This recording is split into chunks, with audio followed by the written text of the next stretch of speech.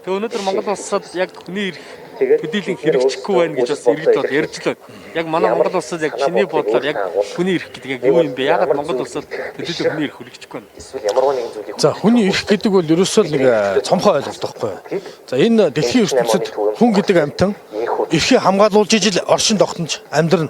За ер нь бол эртний одоо хэдэн зуун мянган жилийн тэртегээс бол хүний эрхийг одоо овг аймаг болон бусад улс орнууд бол дор бүрнээ эрхийг хамгаалахын тулд эрх гэдэг юм чухал юм байна гэдэг зүйлийг боолын нийгэмтэй болчтын нийгмээс авахгүйгээр хүний эрх гэдэг чинь юм чухал юм а гэдгийг мэдрээд ирсэн.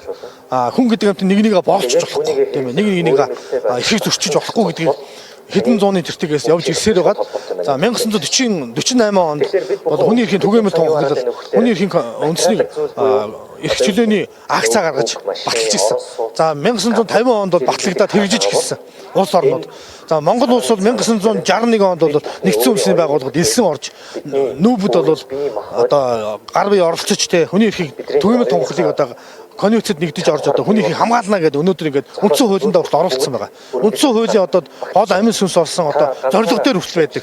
Хүний эрх хөгжлийг одоо хамгаална, ард түмнийхээ эрх хөгжлийг хамгаална гэдэг заагдсан бичсэн байдаг. Гэтэл өнөөдөр Монгол улсад бол хүний эрх хөгжлийг гэдэг зүйл байхгүй. Хүний эрх гэдэг чинь ерөөсөө хүн эрүүл аюулгүй орчинд амьдрна гэдэг үндсэн хуулийн 16 дугаар заагдсан. Тэгээ эрүүл аюулгүй орчинд амьдрах эрх чөлөө нь одоо Монгол улсад байхгүй байгаа. Тэгээ хүний эрх гэдэг бол бид бүхэн ядчил 50 байх хэрэгтэй. Ядаж бүр боли. Тэр Монгол улсын хэмжээнд бол бид 50 баймаар байна. 50 амьдрмаар байна. Бүх эрхээ эзэлмээр байна. Гэтэл өнөөдөр үндсэн хуулийн 19 дэх зүйл бол зааснаар төр нь өнөөдөр иргэдийнхаа нийгэм эдийн засгийн баталгааг хангах ёстой. Зөрчигдсөн эрхийг сэргээн илрүүлэх ёстой. Баталгаатай бүр хамгаалж өгнө гэх ингэ заасан хуультай. Гэтэл өнөөдөр хууль нь хэрэгжидэггүй. Хууль нь өөрөө өнөөдөр зөвхөн бэлэг тэмдгийн төдий хэрэгждэг. Зүгээр биднэрт хөөхд хуурж байгаа юм шиг хуулийг харуулчаад далд хийчдэг. Хэрэгжүүлдэг.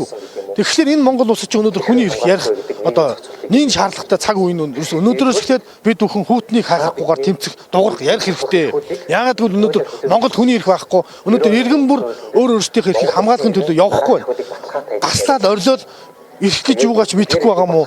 Яагаад ингэж одоо энэ үндсэн хуулиар олгоцсон эрхээ эдэлж чадахгүй байгаа. Үүргээ бас яагаад биелүүлж чадахгүй байгаа. Энэ нийгэм тулгымцсан асуудал бол ерөөсөө хамгийн том асуудал нь хүний эрх. Хүний эрхэл хангах юм бол хүн болгон амар амгалан 50 амьдрна.